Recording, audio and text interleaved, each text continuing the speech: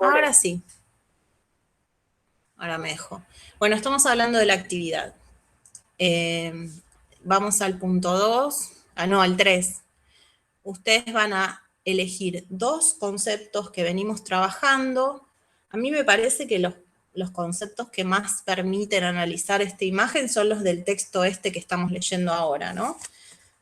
Que puede ser dispositivo pedagógico, dispositivo, infancia. Después tenés los conceptos de disciplina, normalización, ¿sí? Si ustedes se fijan, ¿vieron en la imagen cuando salen todos los niños iguales? Ese es el alumno normal, el ideal, ¿sí? El que se ajusta a la norma. Los alumnos que son desechos, los niños, vamos a decir, los niños y las niñas que son desechos, de hecho creo que dice desechos, la representación que hace Tonucci. ¿Qué serían? Pensando en la Yo norma. supongo que son los que clasificaban como anormales que no pudieron entrar al sistema. Los que se desajustan de esa norma, de eso que se espera que se lograr con la escuela, ¿no? Bueno, hay otro concepto que aparece, que es la producción de subjetividad. ¿Qué tiene que ver con esto? Esos sujetos no pueden ser cualquier sujeto, ¿sí? Estamos pensando en la escuela, estamos pensando en la sociedad capitalista, en la modernidad. El concepto de modernidad nos pone en tiempo y lugar, ¿sí? Nos ubica en un momento histórico y también en espacios. La modernidad se origina en Europa, pero América va a copiar, lamentablemente, porque podría haber inventado otra cosa, ¿sí? Esto ya lo van a ver más adelante. América copia el modelo europeo, ¿sí? Y entonces copia esa modernidad, copia ese modelo de producción industrial, copia la escolarización, tal como aparece ahí. Bueno, y entonces, cuando hablamos de subjetividad, hablamos de cómo van a ser las ideas y las acciones de esos niños y niñas. La subjetividad refiere a eso, a lo que nosotros somos. No me acuerdo si la clase pasada hablé de esto. Sé que con un grupo lo hablé, pero no sé si con ustedes. Sí, Hablamos. profe. Ah, perfecto. Bueno, entonces vamos a las relaciones de poder. Sí. Hola, ¿qué tal? Una consulta. Cuando hay que armar el texto, ¿hay que ir definiendo cada concepto? O sea, ¿tengo que elegir 2 que hayamos visto en las otras clases y definirlos? ¿O directamente ponerlos en un párrafo, en alguna expresión de algo? Está buena la pregunta que hace Jessica, porque no es, a ver, el tipo de ejercicios que les pedimos en el profesorado o en la universidad quizás es distinto al que vienen haciendo en la secundaria, ¿no? Se encuentran con actividades que hasta ahora no tuvieron que hacer, ¿sí? Entonces por ahí puede parecer que uno no tiene las herramientas para hacerlo. Hay una forma quizás de redactar esto que sería, a ver si tengo la actividad acá. Vos te digo más o menos como el speech de lo que ustedes podrían escribir. Dicen, bueno, en relación con el sector de la imagen seleccionada, voy a relacionarlo con el concepto de disciplinamiento. Esta relación la puedo establecer porque, de acuerdo a lo que en el texto dice acerca del disciplinamiento, y ahí podés poner entre comillas o entre paréntesis, o citar 2 puntos. El disciplinamiento se refiere a, bueno, a ver, vamos a buscar, para no decir cualquier cosa. Enderezar conductas. Porque yo agregué palabras, o sea, de lo que fuimos viendo, las agregué, pero no definí en sí conceptos. Vos decís, por ejemplo, producir un cuerpo dócil y normalizar las conductas. Entonces, supongamos Ah, perdón, Jessica, no te escuché, porque estaba pensando. ¿Qué me dijiste recién? Que yo armé como un texto, un mini texto, y agregué algunas palabras de cosas que fuimos viendo, pero no definí cada concepto en sí. No, estaría bueno que agregues un poquito a eso, no sé si lo querés leer, o si no, bueno, si te da vergüenza, ¿no? No, No no lo tendría que leo. darte vergüenza, dale, pero me parece que está bueno que agreguen algo de lo que dice el texto definiendo ese concepto. A ver, te Bueno, escuchamos. yo puse, al observar la imagen del pedagogo italiano Francesco Tonucci, el sector que más llamó mi atención fue el que refleja a los niños arrojados, descartados, excluidos como desechos. Claramente se puede observar que en este dispositivo, es decir, la escuela, se permite el ingreso a todos y todas por igual. Sin embargo, la educación es normativa y responde a un orden fundante con el propósito de homogeneizar a los alumnos. Además, se presentan relaciones de poder muy marcadas en muchos aspectos dentro de la institución, dando lugar a apartar a todo aquel que no cumpla con el perfil de ser digno de ser un sujeto de bien para el futuro de la sociedad. Bueno, está re lindo como lo escribiste, te felicito. Está bueno, porque tiene sentido. Lo que sí incluiste un montón de conceptos que estaría bueno que expliques un poco más. Por ejemplo, cuando hablas de dispositivo, podés decir dispositivo pedagógico y podés decir ahí, mira, eh, para que no quede como que robaste ideas, decís, tomando las ideas del texto de Greenberg y Levy, ¿sí? Esto les sirve a todas igual, porque todas van a usar ese texto probablemente, así que, o tomando el texto de Brailovsky, ¿sí? Siguiendo las ideas del autor Brailovsky en su texto tal, ¿sí? Esas son formas de citar de dónde saqué la idea. Bueno, a ver, esperen que encuentro dispositivo. Podés poner que, cuando vos decís la escuela, podés poner que implica leyes educativas, normas institucionales, textos escolares, actividades de enseñanza, formas de organizar y usar, todo lo estoy sacando del texto. Y si no, podés tomar de Foucault, que está un poquito en la página 16, un poquito antes, que es otra forma de definir dispositivo, implica discursos, instituciones, disposiciones arquitectónicas, decisiones reglamentarias, o sea, toma algo del texto para explicar lo que es un dispositivo, o pedagógico o un dispositivo. Porque en realidad hay varios, la escuela es uno de varios dispositivos productores de subjetividad. Es más, yo creo que hoy en día, hoy, en nuestra sociedad, no sé si llamarlo, sí, podría ser dispositivo.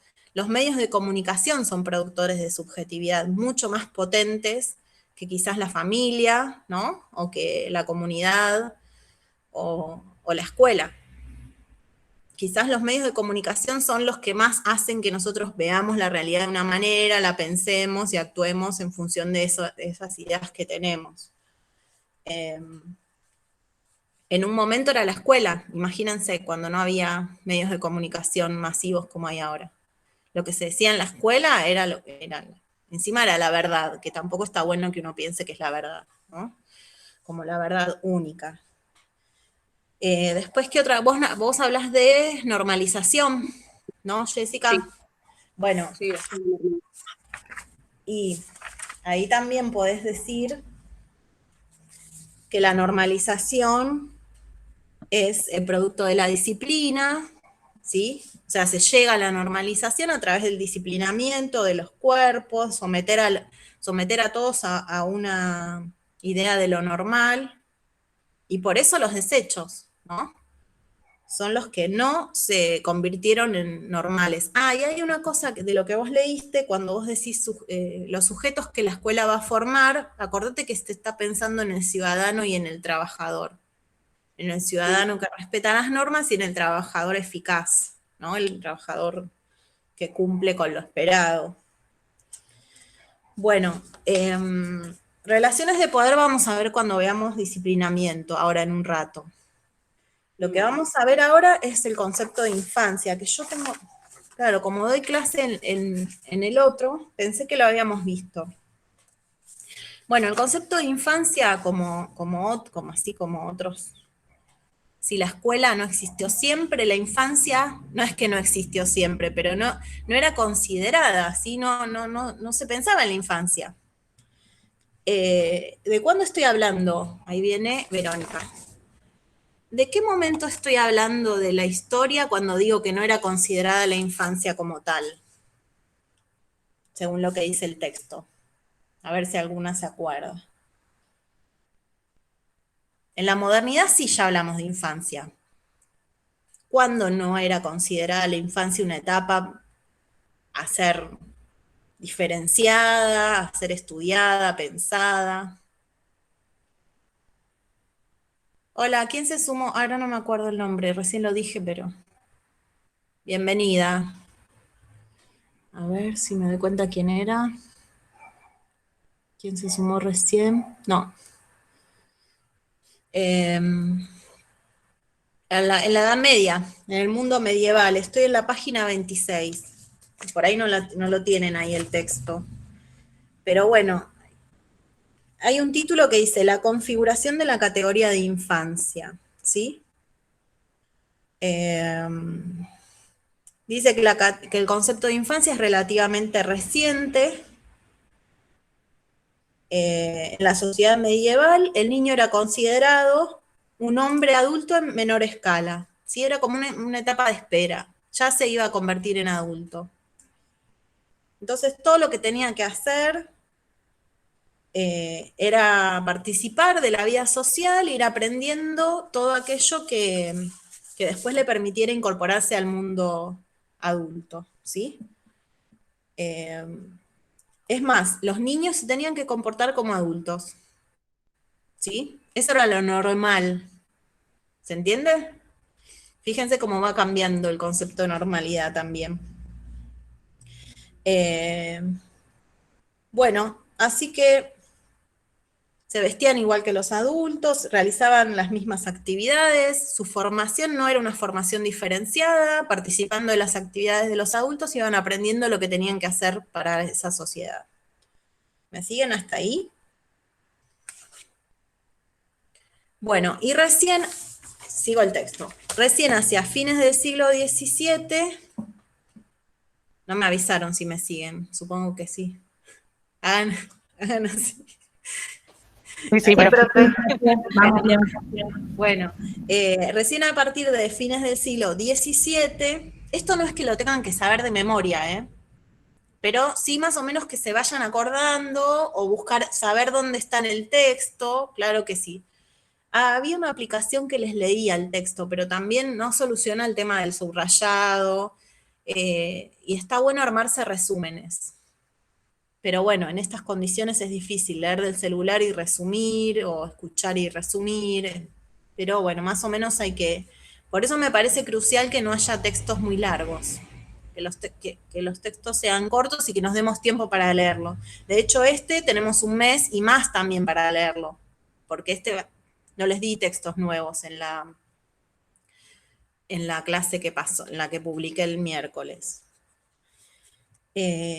Bueno, entonces ahí empieza a haber educación, espacios de socialización específicos destinados a la infancia, ¿sí? Entonces, empieza a haber algo parecido a lo que después vamos a ver como escolarización. A ver, y dice, en ese momento existían formas de educación. ¿Cuáles eran?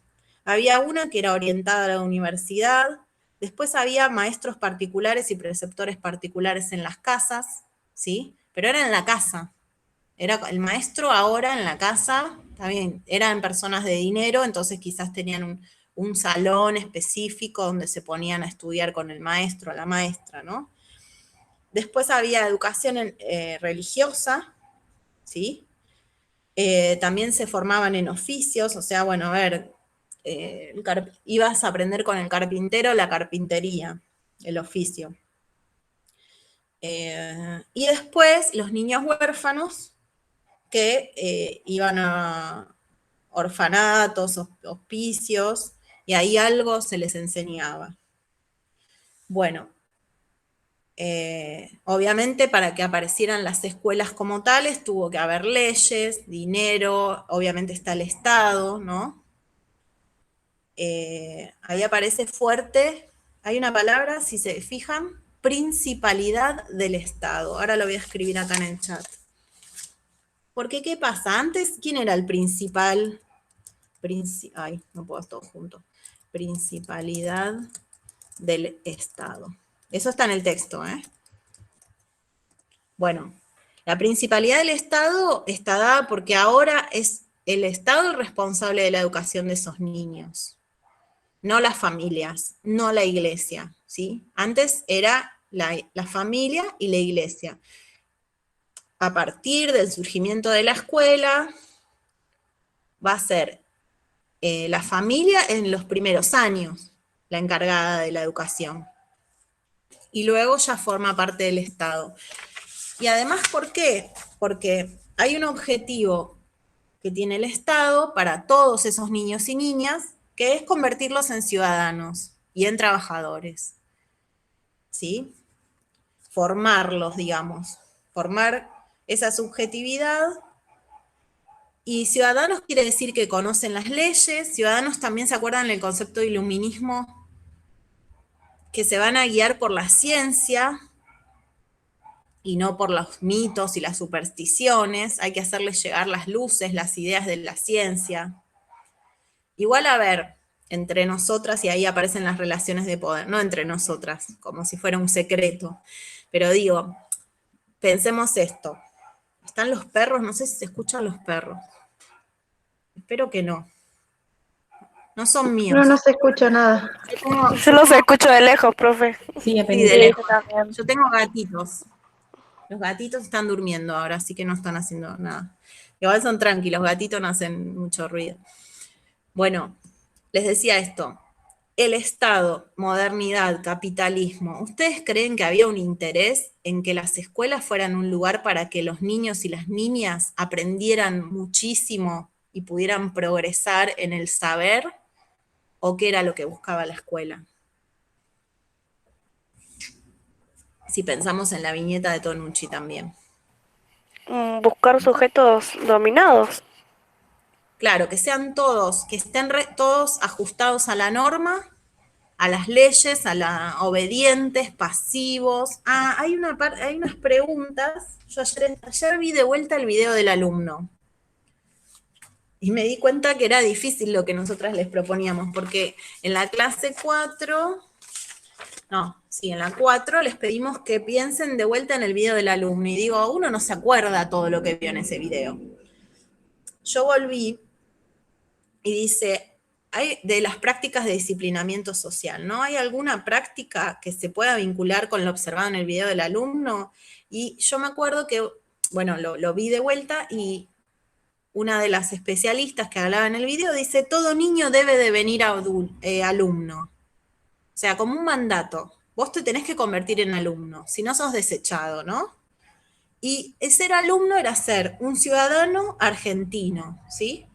Convertirte en un sujeto moderno. Imagínense qué pasa con los pueblos originarios, ¿no? ¿Qué pasa con el que no habla la lengua? Profe, en el video justamente decía que como que lo desechaban, como que sufría como, no sé si decir bullying, pero como que si no te adaptabas era como, bueno, volvete a tu lugar. Vos no podías hablar tu lengua originaria. Se buscaba cambiar eso también, decía, como incluso las costumbres de la familia, la forma de saludar. Y los valores, todo eso tenían que ser unificados, uniformes, y ajustarse a lo que la escuela estaba pidiendo, ¿sí? Así que bueno, eso para relacionar un poco con el video del alumno. Si vamos a la actualidad, fíjense cuánto cambió.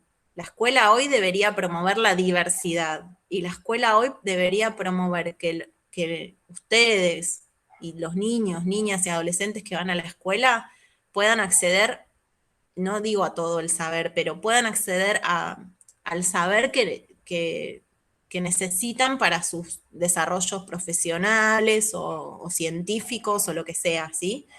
Ahora, en la época que estamos hablando, no era tan importante que aprendieran muchas cosas.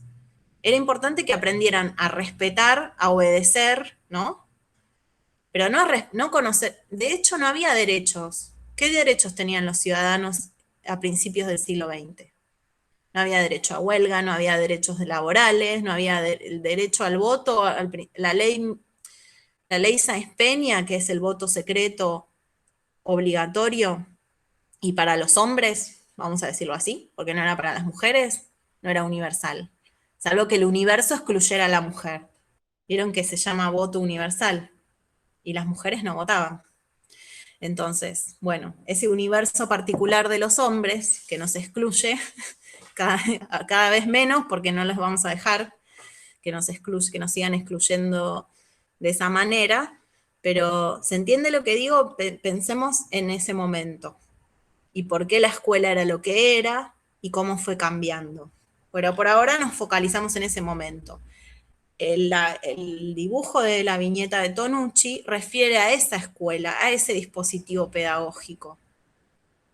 El dispositivo pedagógico de la escuela hoy está pensando en otro tipo de relaciones entre los sujetos, otro tipo de relaciones con el saber, hace lugar a la diversidad, con todo lo difícil que implica, ¿no? Pero bueno, hacer lugar a la diversidad, recibirla y comprenderla, decía en el video. Es importante la comprensión, no solo, te acepto porque sos diferente y acá estás, pero no intento conocerte, no intento comprender lo que a vos te pasa, cuáles son no sé, cuál es tu mirada, etc. Bueno, a ver, porque siempre me voy un poquito por las ramas. Igual también me aburre mucho ajustarme al texto todo el tiempo, me gusta abrir los temas. Estábamos con que el Estado era... se escucha bajito, dice Karina, no sé las demás. ¿Está mejor ahora el sonido? A mí se escucha re bien. Y no sé, Cari, fíjate, ojalá lo puedas solucionar. Ustedes me avisan, yo cada tanto miro el chat. Bueno, entonces el Estado ahora es el principal. Uno puede decir, está bueno que el Estado sea el principal responsable de la educación. ¿Está tan bueno? ¿Qué piensan? Me encanta ver un mate ahí. Me siento como que estamos las dos tomando mate. No se preocupen las que no se muestran, ¿eh? Yo sé que puede ser porque están los niños por ahí o porque están en pijama. Profe, no tengo cámara, no sé qué pasa con mi PC. Bueno, no hay problema porque estás ahí. Sos leona incluso. Soy Leona. Sos leona, sí, mejor. Qué sé yo, cada uno elige su género. Yo tengo secundario y tengo el último año y estamos trabajando ESI. Y la verdad que está buenísimo que se someta a discusión. Uno nace con un sexo biológico, pero el género es algo que después se puede llegar a modificar. Así que bueno, esperen. La pregunta era, ¿está tan bueno que el Estado se haga cargo de la educación? Así como principalidad. A propósito, estoy como abriendo un debate, ¿eh? Si lo pensamos, a ver, si no fuera el Estado el que se hace cargo de la educación, quizás no todos pudieran acceder a ella, ¿verdad? Sí. Sí, en eso tiene razón, profe. El tema es que si va a pretender un ser humano que siga las corrientes que pretende el Estado y demás, o sea, no sé si ahí está tan bueno. Imagínense el Estado en la dictadura, la educación en la dictadura militar. Claro. ¿Sí? Entonces, lo que estaría bueno, y es algo que nosotros tenemos que pelear por eso, tanto como estudiantes, como docentes, incluso como familias, es que el Estado no ignore, o sea, nos tenga en cuenta. tenga en cuenta los sujetos que vamos a la escuela, nuestras necesidades, nuestros intereses, nuestras diferencias, las comunidades, ¿sí? Que tenga en cuenta la comunidad y que conozca esa comunidad. Porque lo que pasaba a principios del sistema educativo es que esas paredes de la escuela, vieron que hablaba de grandes edificios monumentales, quizás no son las escuelas que ustedes conocen, pero si vas a Capital encontrás que son unos edificios que parecen ministerios, algunas escuelas. Por ahí después buscamos fotos de las escuelas normales, que eran las escuelas que formaban maestros y maestras, y que al lado tenían una escuela primaria donde hacían las prácticas, ¿no? Eran como palacios, si vos lo veías para la época, y hoy también, las casas de la gente, y eran, no sé, escaleras, columnas, grandes puertas, grandes ventanas, etc. Los pisos, bueno, todo eso. Y esos muros de la escuela, por algo había desechos en la viñeta de Tonucci, esos muros establecían una diferencia muy fuerte entre el afuera y el adentro. Hoy día la escuela no tendría que tiene que tender puentes con la comunidad, con las organizaciones sociales, culturales, deportivas, con todo lo que la sociedad ofrece y tiene, tanto para dialogar y señalar aquello que no le gusta, como para aprender, ¿sí? A ver, no todo lo que la comunidad tiene es bueno. Si hay violencia en la comunidad, habría que trabajar eso para eliminar la violencia, ¿verdad? Si hay discriminación en la comunidad, también la escuela debería promover que esas prácticas discriminatorias desaparezcan, ¿sí? Bueno, pero esto estamos pensando en la actualidad. Vieron que en la clase nueva les puse en la viñeta que Tonucci pondría de la actualidad, donde los chicos no son desechados, los niños no son desechados, donde hay mucho contacto con la naturaleza, donde quizás los niños no pasan como por una cinta y se les inyecta el conocimiento, ¿verdad? O el saber, como el depósito bancario de Freire, sino que los niños se mueven, actúan en esa escuela. Esa es la viñeta de ahora. Bueno, sigamos con el texto ahora. No sé si alguien quiere decir algo. Avisen y dicen. Bueno, entonces, el Estado formando al ciudadano y al trabajador con un objetivo específico, y que estábamos diciendo que no era muy democrático, ¿sí? Que estaba al servicio de las clases dominantes esto. Porque el objetivo no era que esos niños y niñas que salían de la escuela tuvieran muchos derechos, ni mucho acceso al conocimiento, ¿sí? Se los iba a formar, pero en lo básico. Después dependía de tu... Es algo que vamos a ver cuando volvamos al texto de Brailovsky, vamos a ver las teorías críticas al orden fundante, ¿sí?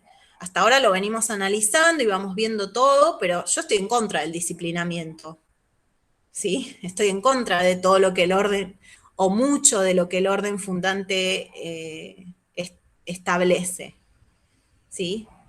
La escuela que yo quiero no es la del orden fundante, pero está bueno que la conozcamos, que ustedes la conozcan, que la vayamos viendo, porque de ahí venimos, ¿sí? De ahí, ese es el origen del sistema educativo. Y hay muchas cosas del orden fundante que hoy persisten. Por eso es necesario que ustedes puedan identificar de dónde vienen y qué siguen haciendo acá, ¿sí? Bueno. Acá hay una frase en la página 30 que dice, si bien en el presente hablamos del derecho a la educación, y esto aparece en el video del alumno, la educación pública antes de ser un derecho fue una obligación, ¿sí? Por esto, porque el Estado quería garantizar la formación de ciudadanos y trabajadores. Y en todo caso se desecharía aquel que no... era un sistema que no admitía el error. Si alguien cometía errores y fracasaba y se se apartaba de la norma, bueno, era expulsado. ¿Expulsado qué quiere decir? Repetía, abandonaba, ¿sí? No se escolarizaba. Bueno, ahora vamos a disciplina, ¿sí? El concepto de infancia más o menos quedó claro. No, me faltan algunas cositas de infancia, esperen. El tema de la vestimenta, que va cambiando para los niños, que aparecen los juegos, que aparece como etapa diferenciada. Lo vimos lo de la Edad Media, pero no vimos lo de qué pasa con la modernidad. Y al principio, imagínense, las diferencias sociales están desde hace mucho, ¿sí? Los niños de la burguesía eran los primeros en disfrutar de toda esta aparición del concepto de infancia. Eran los primeros que iban a gozar de un tiempo diferenciado, de una vestimenta y un trato diferente. En cambio, los niños de artesanos y campesinos se vestían igual que sus padres. Imagínense si iban a tener ropa de niños. Eran los hijos de los pobres. Y seguían incorporados a la vida del adulto, ¿sí? Pero bueno, progresivamente, y sobre todo a partir de la aparición de la escuela, ahora voy a tener que prender la luz porque el sol se corrió. Esperen. Estas cosas domésticas, ¿no? Que recién me daba el sol, todo el sol, y apagué la luz. La tendría que haber dejado. Bueno, aparición de la infancia. A ver, podría haber, hay una pregunta en el texto, a ver si, en la clase. ¿En qué sentido el reconocimiento de la infancia está vinculado al nacimiento de la escuela? Esto lo podemos desarmar de esta manera. Si no se hubiera identificado a la infancia como un periodo diferente y con necesidades o con características distintas del adulto, ¿se podría haber pensado en una escuela para educarlos? ¿Qué piensan ustedes? ¿Se entendió la pregunta? Si no hay... Sí. Me parece que no, que antes se relacionaba, o sea, al niño con el adulto y tenía que aprender lo que se aprendía en casa, o sea, lo que vendría a ser para poder trabajar como sus papás. En sí. Claro, Y participando, no sé, trabajando la tierra si los padres trabajaban la tierra y haciendo otras actividades. Bueno, en realidad los de clase alta siempre tuvieron alguna formación.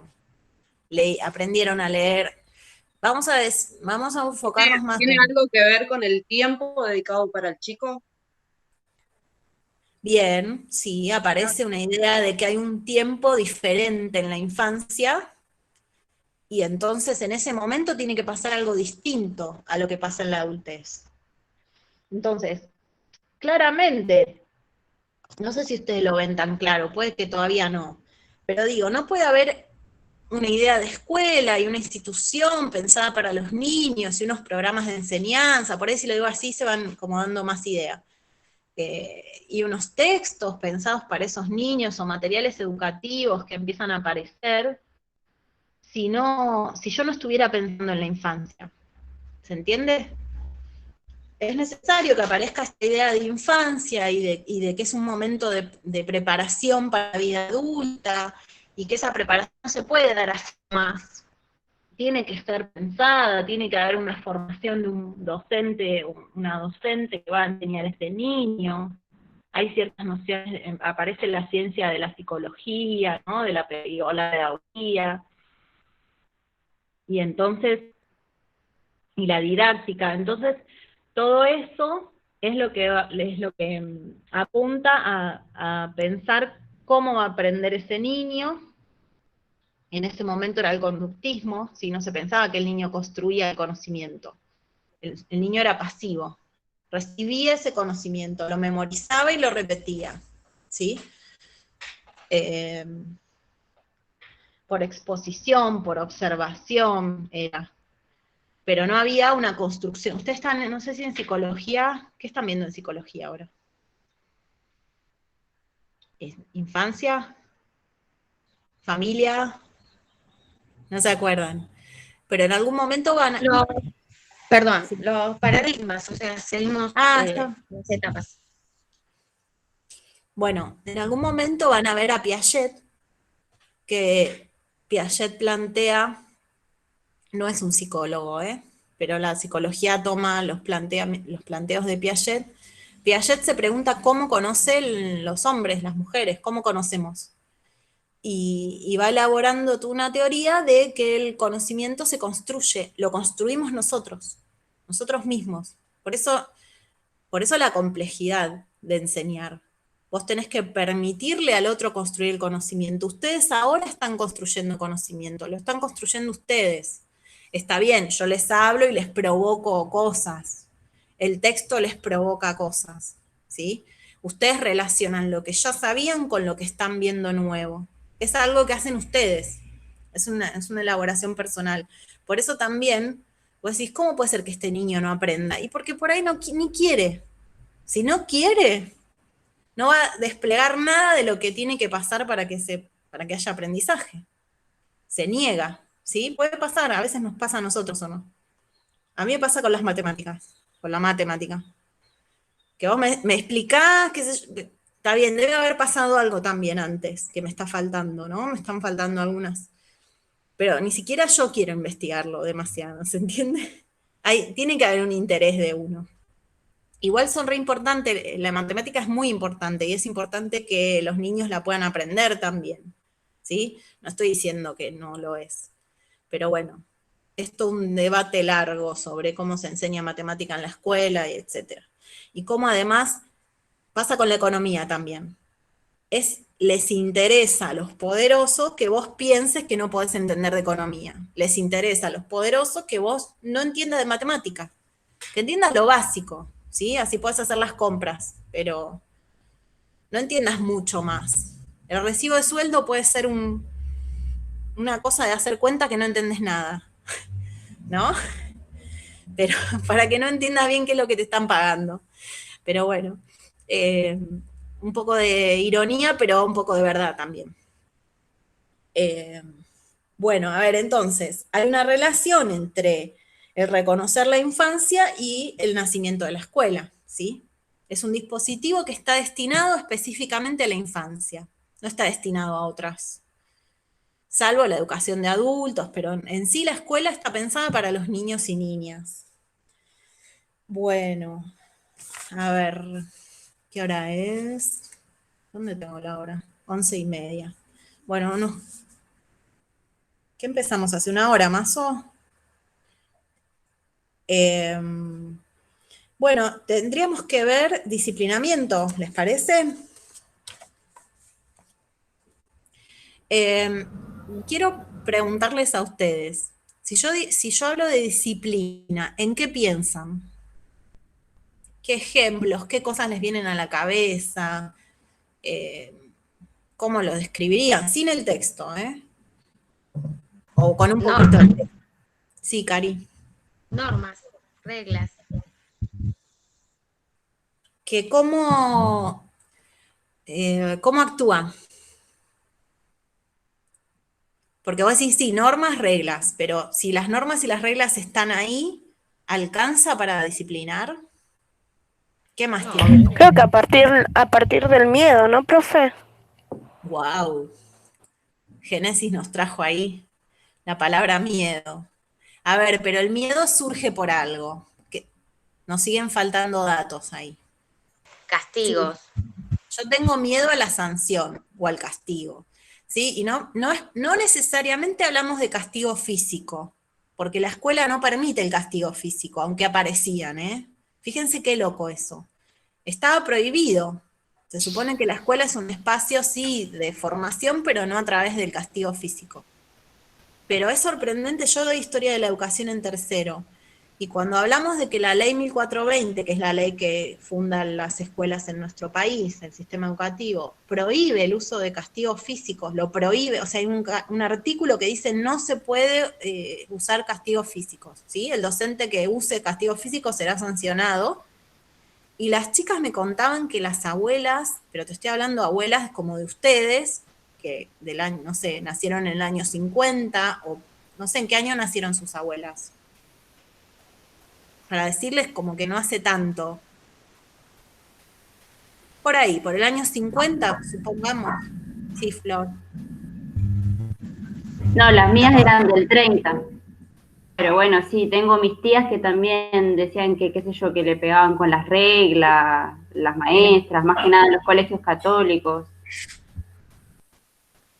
Bueno, yo también, profe, tengo a mi tía que ahora creo que va a cumplir 50 y ella dice que ella siempre fue zurda y dice que a ella en el colegio lo que le hacían era, no le permitían escribir con la mano zurda y la torturaban para que escriba con la otra mano. Llegaban a atarles la mano, ¿sí? Les ataban la mano. Sí, así que ella ahora sabe escribir con las dos manos. Obviamente, porque tiene la habilidad con la mano izquierda. Sí, tremendo. Entonces, el tema del miedo. Supongamos que no es... Hubo castigos físicos. De hecho, a mí en primer grado, y estamos hablando del año 82, me pusieron contra la pared un rato. Yo tenía 6 años, ¿sí? Recién salía del jardín. Me pusieron contra la pared. Eso es un castigo físico para mí. O sea, no me golpearon, pero no sé si a ustedes también quizás les hicieron hacer algo parecido. Y dentro de todo, vamos a decir que la docente que yo tenía era bastante cariñosa, entre comillas, ¿sí?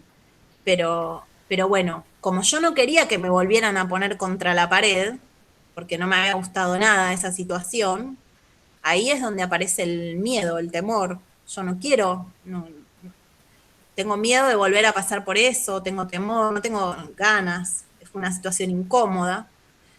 Tengo miedo de que me rete mi mamá, de que me rete la docente, ¿no? Entonces voy a aceptar esas normas. Aunque no me gusten, aunque no esté de acuerdo, aunque no vayan acorde con mis necesidades, yo me quería mover, no sé, quería hablar y no puedo hacerlo. Y me sancionan porque hablo, ¿sí? Sí, quizás la disciplina pasa también por una cuestión de autoridad, de acatar normas, de un autocontrol.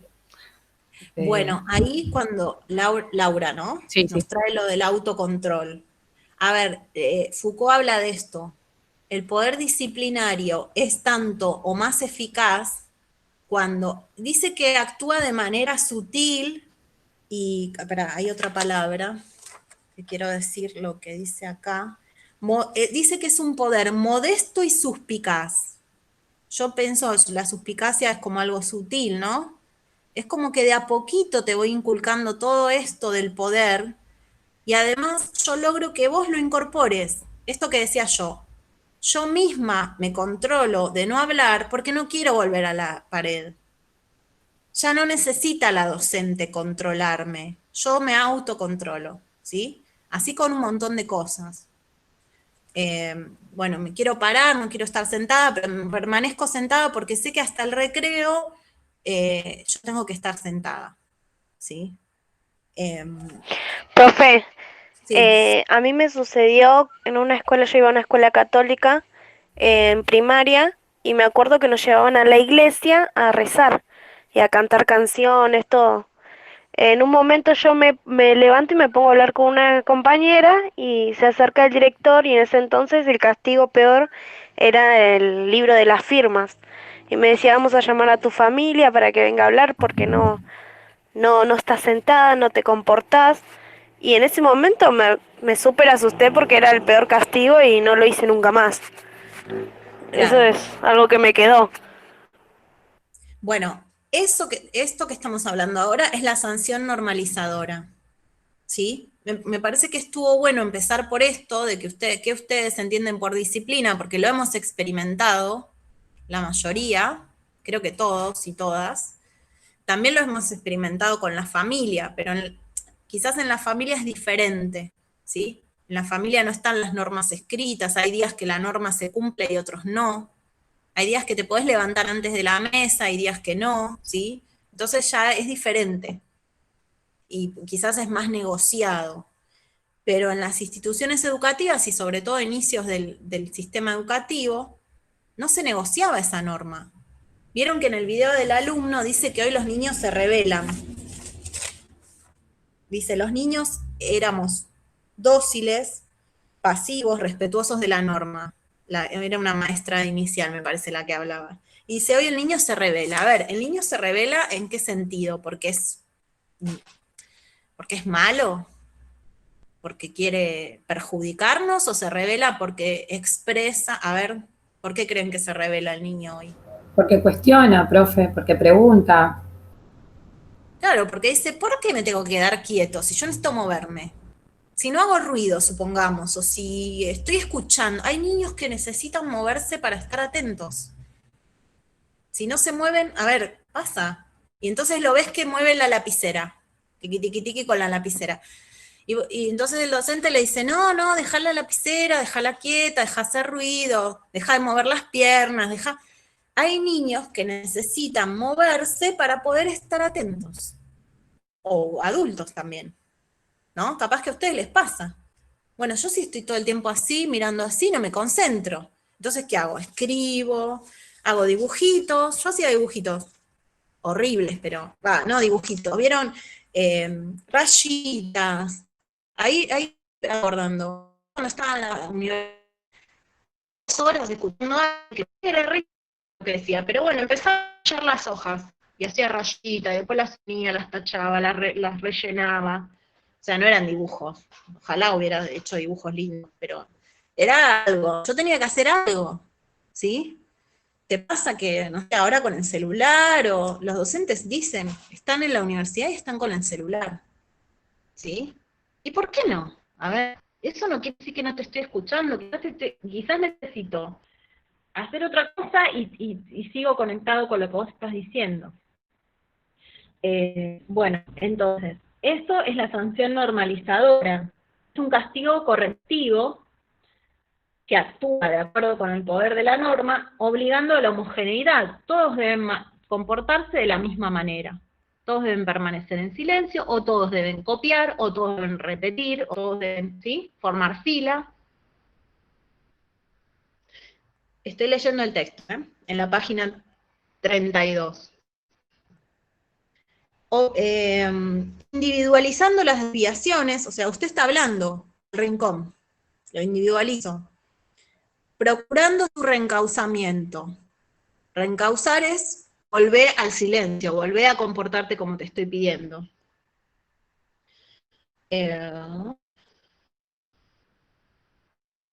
Bueno, sanción normalizadora. Y un poco el objetivo es que vos te ¿cómo le dijo la compañera?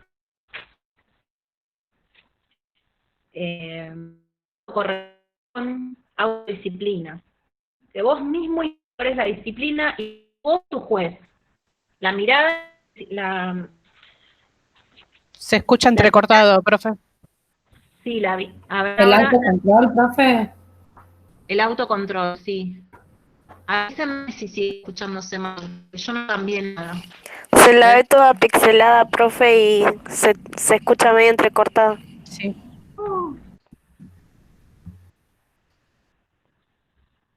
¿Y ahora qué hice? Espera. Espera que hice, no sé qué cosa rara hice. Bueno, ¿y ahora? Ahí volvió. Mejor, sí. Bueno, buenísimo. No sé qué pasó, sinceramente. Estábamos hablando de la sanción y del autocontrol. La sanción va a servir en tanto vos digas, bueno, no deseo ser sancionado, voy a ajustarme a la norma, a lo pedido, a las reglas, ¿sí? ¿Cómo se escucha ahora? ¿Bien? ¿Seguimos bien? Sí, Bueno, ahora es bien. y lo que vos haces con eso es incorporar otro concepto que aparece en el poder disciplinario es la vigilancia jerárquica. Pero fíjense que dice que en realidad, si bien el docente, ¿no?, sería o el director, en el caso de la iglesia, la jerarquía que me va a vigilar, llega un momento que todos somos ojos disciplinadores, todos somos ojos vigilantes. ¿Por qué? Porque, ¿qué pasa si el que está al lado mío está hablando? Yo lo miro y le digo, cállate, ¿no? No se puede hablar, ¿no? Pasa eso, comportate bien, ¿no? Entonces, a ver, ¿cómo dice? La vigilancia jerárquica señala que se trata de un observatorio de la multiplicidad humana, el control interior articulado de la conducta, un ojo perfecto. Digo esto, me parece que está bueno aclararlo porque en el texto está difícil escrito, no está escrito fácil, está bastante difícil. Dice, un ojo perfecto que supone un juego interrumpido de miradas. Acá está lo que yo decía, que la mirada está por todos lados. Todo el tiempo está siendo observado. El docente se dio vuelta. ¿Vieron cuando el docente se da vuelta y todos empiezan a hablar? Y el docente escuchó y se da vuelta y dice, ¿por qué están hablando cuando me doy vuelta? Y esta cosa que dicen, yo sé quién está hablando. Porque la mirada la tiene aún cuando no te está mirando, ¿sí? O nada, hay un castigo. Si hablan, les tomo pruebas. Si hablan, no tienen recreo. Si hablan, ¿no? Entonces, yo, que quiero tener recreo, mi compañero habla, le digo, cállate porque quiero ir al recreo. ¿Sí? Bueno. Entonces, un juego ininterrumpido de miradas, una cadena de vigilantes vigilados que en última instancia tiende a la incorporación de la mirada vigilante. Ahora, ¿quiénes son esos desechos? Porque siempre hay alguno que dice, no me importa que me vigilen, no me importa que me miren, no me importa que me castiguen. Terrible. Terrible para la escuela, ¿no? Esos son los desechos. El que no le importó, el que... Claro, los chicos que no hacen caso, digamos, de alguna forma. Sí, el que de algún modo no... A ver cómo decirlo, ¿qué será? ¿Algo en su subjetividad? ¿Algo que le pasa en la vida incluso? Y que hace que no tema. Como decía Génesis era, ¿no? Que dijo el miedo. Bueno, no funciona el miedo con esa persona. Se ve que tiene otros miedos más grandes que la escuela le está proponiendo. Algo de ese niño, esa niña, que dice, bueno, no me interesa, renuncia a estar en un espacio que le exige todo eso. Y los demás niños y niñas, la familia quiere que vaya a la escuela, la familia lo premia si le va bien en la escuela, entonces le interesa ajustarse a la norma. Bueno, y después habla del examen. ¿Quién era? ¿Vicky? No, a ver, espera, porque no veo los nombres ahora. Nos leyó... No, ¿cómo te llamas? La compañera que nos leyó su texto. Te veo ahí con el resaltador, pero no me acuerdo. Jessica Gallo. Jessica. Sí. Ah, Jessica, no sé por qué dije Vicky, lo que pasa es que se me mezcla todo. Es más, creo que no hay ninguna Vicky acá, que era de la clase anterior. Jessica, ¿ves que ahí podés hablar de las, no sé, podés hablar algo del disciplinamiento y de cómo no funcionó el disciplinamiento con estos sujetos? De los desechos. Claro. En realidad la máquina tiene muchas partes importantes, la máquina esa de Tonucci. Hay muchas secciones, está la parte donde les inyectan, está la parte donde salen todos iguales, está la parte del ingreso, o mismo los docentes que son como que manejan material didáctico, pero tampoco ellos son, ¿cómo decirlo? A ver, ustedes como futuras docentes van a ser productoras de su enseñanza, de su propia enseñanza. Ustedes van a inventar lo que va a pasar ahí en la escuela, ¿sí? Obviamente que no de la nada, no de cualquier lado, van a hacer un diseño, van a estar dentro de una institución, van a tener que saber un montón de cosas, pero van a ser productores de lo que pasa ahí adentro, ¿sí?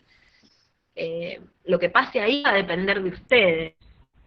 En cambio, en la máquina esa, el docente tiene que hacer algo que le está diciendo que haga. No hace lo que quiere. Tiene que seguir también. El docente también es un engranaje más de esa vigilancia y de ese disciplinamiento, etcétera. Bueno, a ver, ¿qué más? Pero ya más o menos lo tenemos, ¿o no? ¿Qué opinan?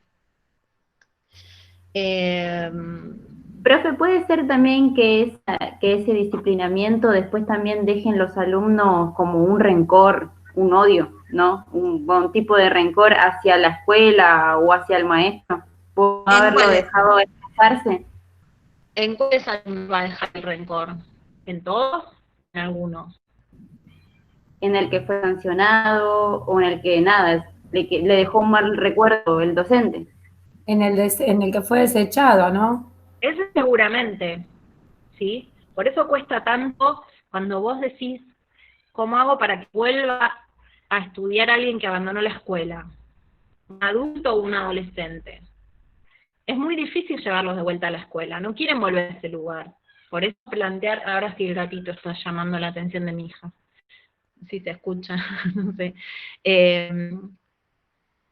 Por eso el plan Fines, por ejemplo, que se daba en otros espacios que no era la escuela.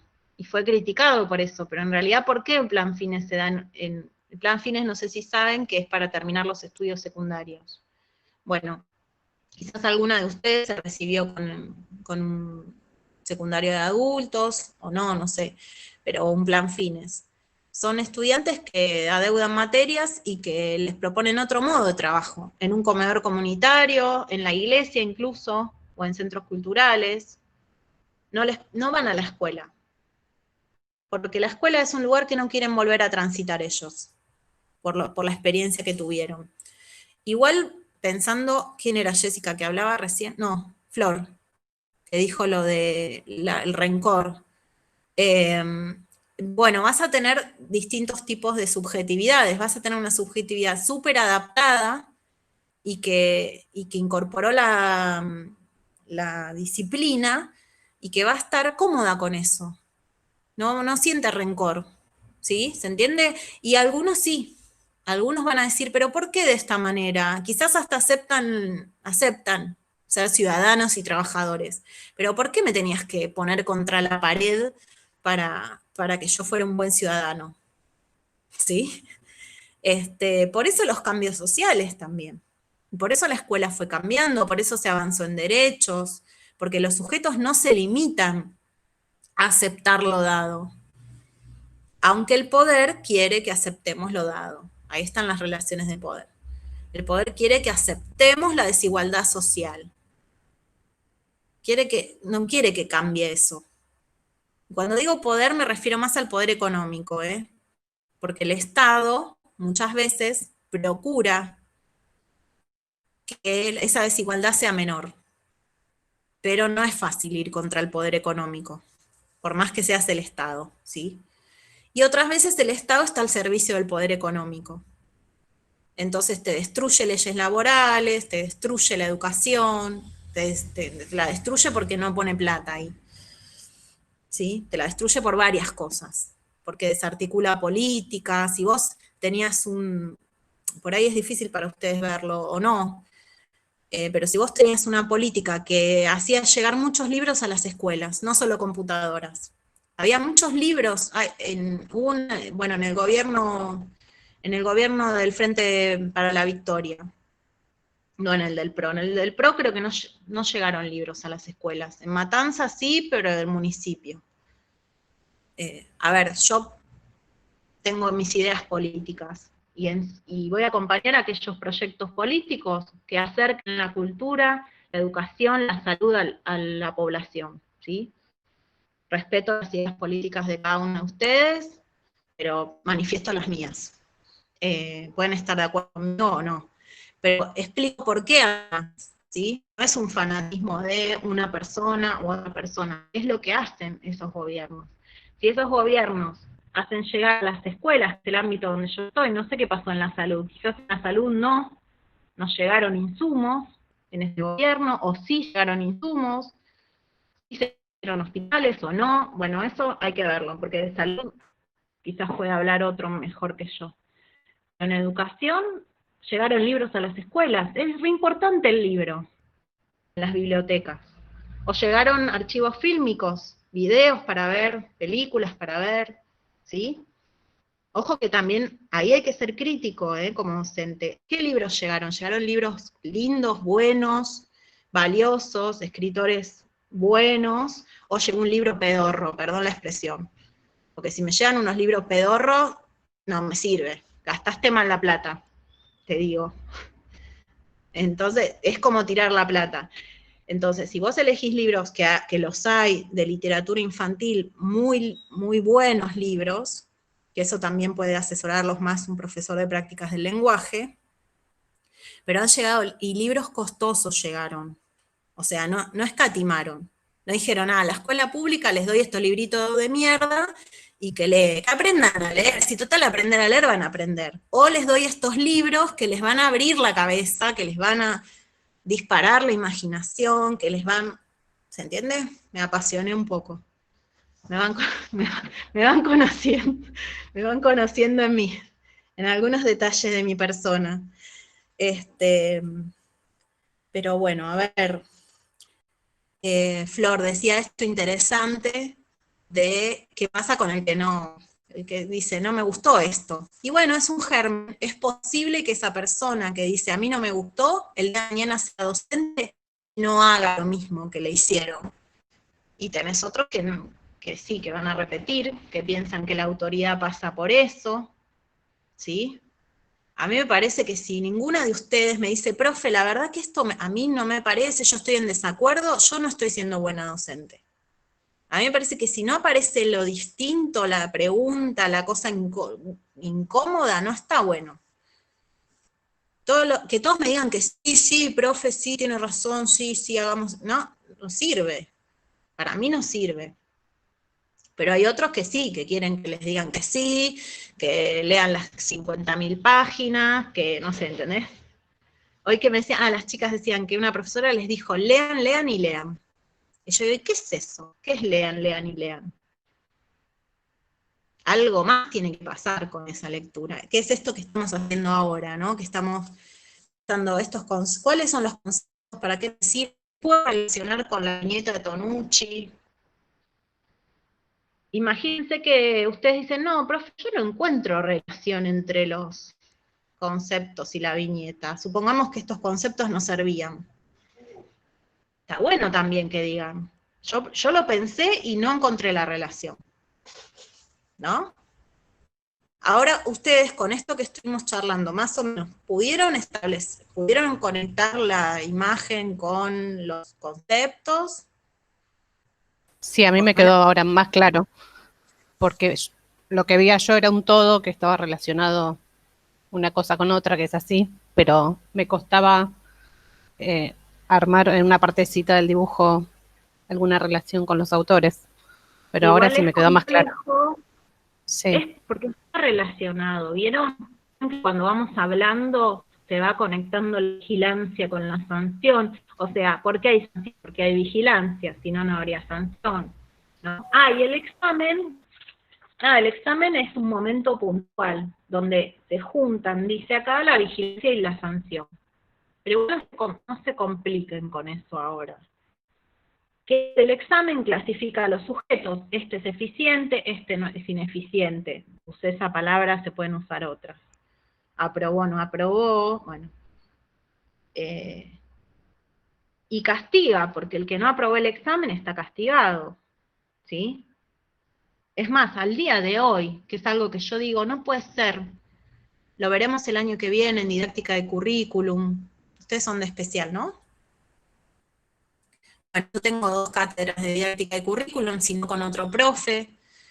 Está bueno proyectarse, ¿no? Al año que viene, en medio de toda esta porquería que estamos viviendo, y que nos encuentre de otra manera.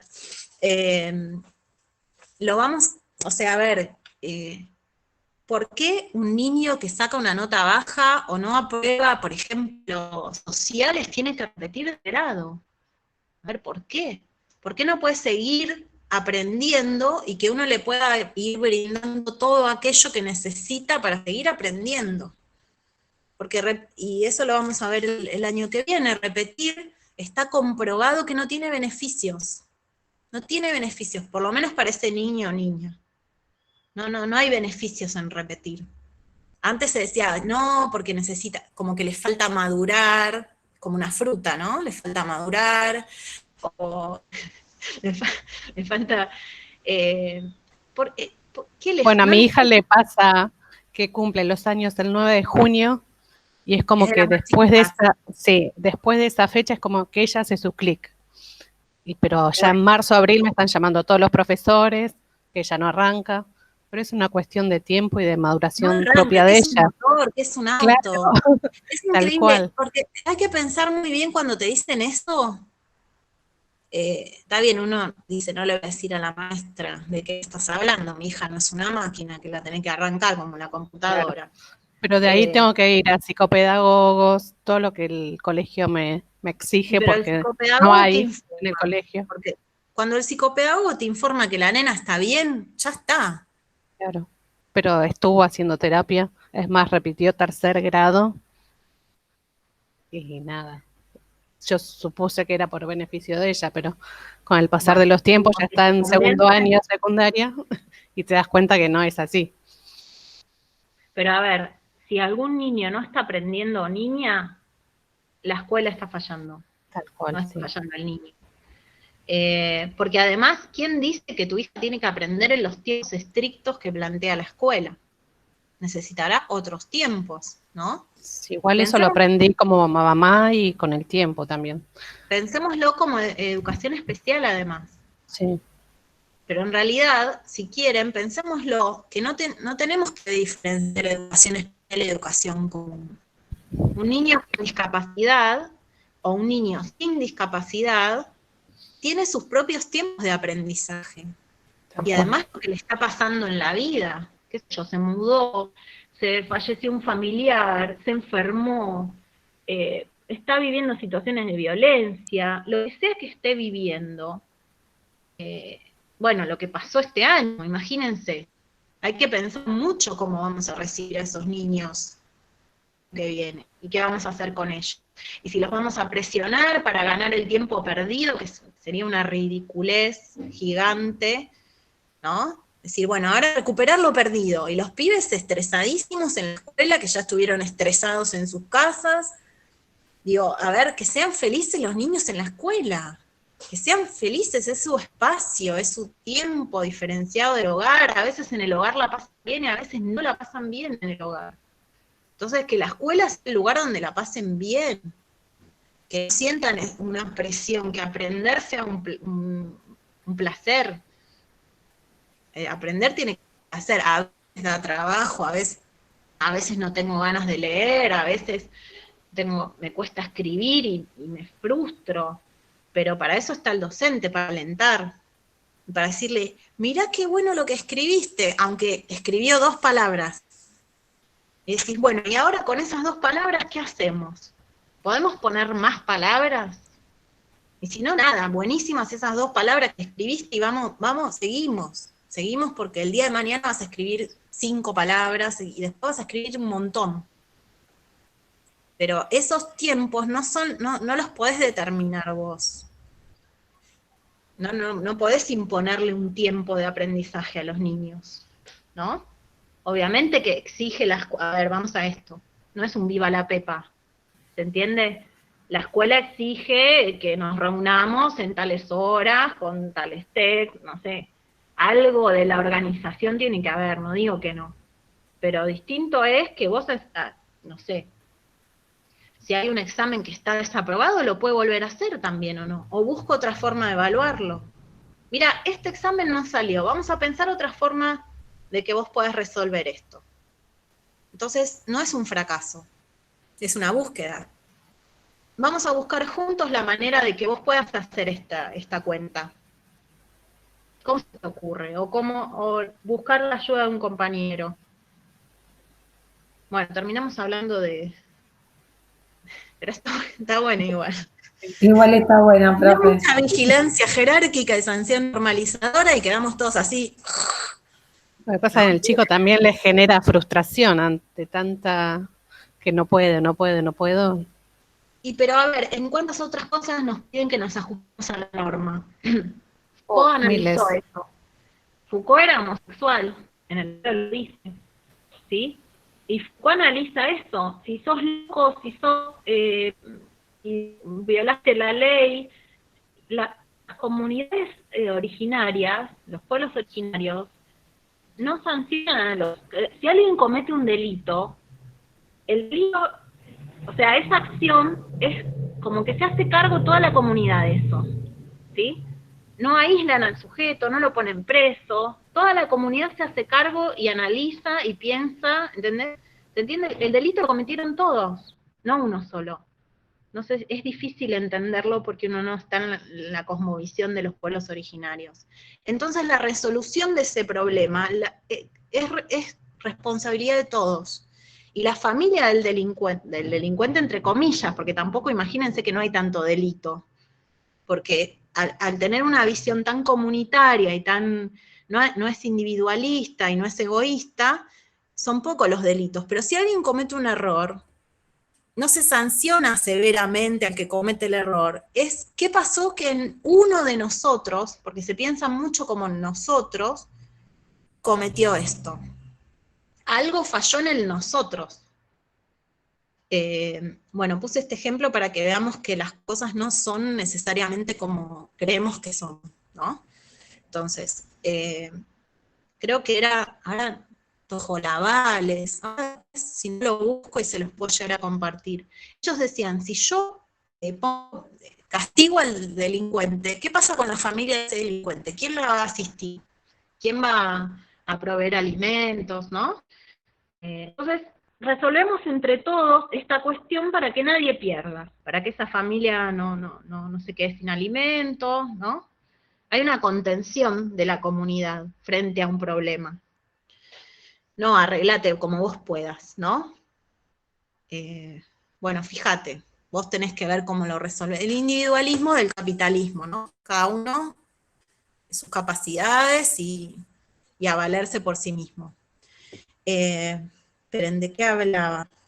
Ya me perdí. De la norma, ¿no? ¿En cuántas cosas las mujeres, cómo tenemos que ajustarnos a la norma? La heteronormatividad, si sos mujer te tienen que gustar los hombres, te tienen que atraer los hombres, ¿no? Y así un montón de cosas. Los cuerpos delgados, no sé, la maternidad para la mujer como mandato, esa es la norma. Si sos mujer y no sos madre, te falta algo, ¿no? Obvio que no estoy de acuerdo con esto que estoy diciendo. Estoy señalando como los mandatos y las normas establecidas. Fíjense cuánto hay que derribar, cuánta norma que no tiene sentido de ser que hay que derribar. Bueno, ¿algo más? ¿Les parece que vamos cerrando? Y con respecto a la clase que publiqué, les invito a armar como un barquito, un avión de papel. Eso con tiempo háganlo, y poner algunas palabras del viaje que iniciaron. Puede ser de otras materias también, o sea, a ver, quiero decir, no sé, a ver si se sienten parte del instituto, qué es lo que las ayuda a seguir viajando, ¿no? Las voces de las compañeras, las voces de los docentes, si las atrapó, hay textos que te atrapan y que te dicen, ay, sí, yo quiero ser, no sé, me interesa esto, me interesa la educación por esto. Bueno, nada, experiencias que hayan vivido en esta etapa y que quieran plasmar ahí en el barquito o en el avión. Y después les compartí un videíto de un jardín de infantes. Y la conferencia de Tonucci, tranquilas, es para escucharlas cuando quieran. Él habla de esta época. Es muy bello lo que dice. Es muy bello. Está bueno pensarlo para cuando pase la pandemia, ¿sí? Hay que escuchar a los niños, dice además. Hay que escucharlos a ellos. Bueno, ¿quién quiere decir algo para cerrar? Para ir despidiéndonos. Si quieren, voy a detener la grabación mientras. Así nos vamos. Ahí está. Bueno, ¿quieren decir algo? Solamente nos saludamos. Durante esta semana nos